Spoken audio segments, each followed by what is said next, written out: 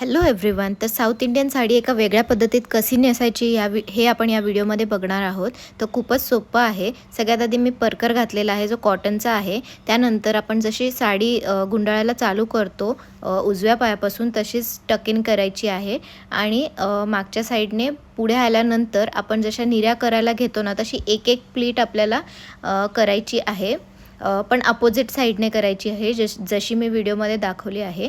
एक एक प्लीट आपल्याला टक इन करायची आहे आणि ती प्लीट हाताने आपल्याला थोडीशी व्यवस्थित करायची आहे.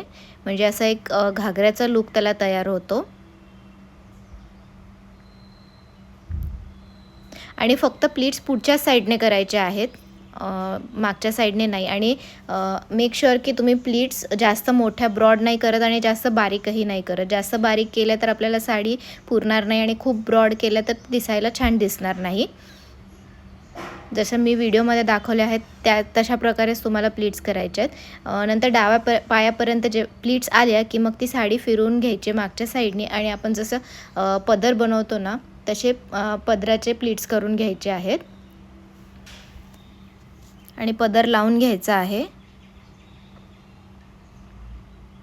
त्यानंतर पदराच्या साईडने डाव्या साईडने आपल्याला साडी ओढून खेचून घ्यायची आहे आणि तिथे आपल्याला एक छोटीशी हाताने प्लीट करायची आहे आणि ती तिथेच खोचून द्यायची आहे आणि तिथे पिनने सिक्युअर करायचं आहे. त्याच्यानंतर मी थोडेसे प्लीट्स व्यवस्थित करते स्ट्रेटनर फिरवून.